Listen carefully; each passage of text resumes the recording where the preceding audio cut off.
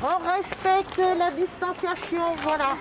Et oui, ces collégiens vont devoir très vite s'habituer aux nouvelles règles en vigueur dans leur établissement, comme le lavage des mains désormais obligatoire chaque matin.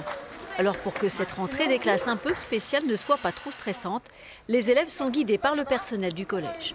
On a bien travaillé durant les 3 semaines avec les représentants des personnels. Donc normalement, chacun, on a essayé de penser à tout.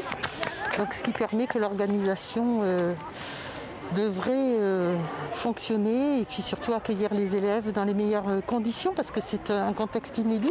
Cette première journée, 110 élèves de 6e et 5e ont été accueillis. C'est la moitié de l'effectif habituel. Après 2 mois sans se voir et malgré les contraintes, ses copines de classe apprécient les retrouvailles. C'est cool, ça fait du bien. Ouais, c'est cool. Mais ce qui est nul, c'est qu'on peut pas faire des câlins à nos copines. Ouais. C'est un peu stressant au début. Et puis revoir les copines quand même, c'est chouette. Parce que c'était long quand même ce confinement. Ça fait bizarre qu'on soit hyper loin pour parler alors que d'habitude on est sur un banc en train de parler tous. Ça fait bien de se revoir, non? Oui. Une impatience partagée par ce professeur d'histoire-géographie qui retrouve une partie de ses élèves.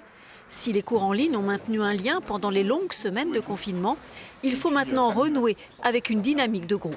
Pour moi, le premier objectif d'abord, c'est de retrouver une socialisation, en fait, que les élèves se retrouvent entre eux. Déjà qu'ils puissent discuter avec eux parce que ça a été difficile.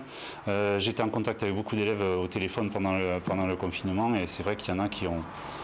c'était dur pour eux de se retrouver isolés comme ça.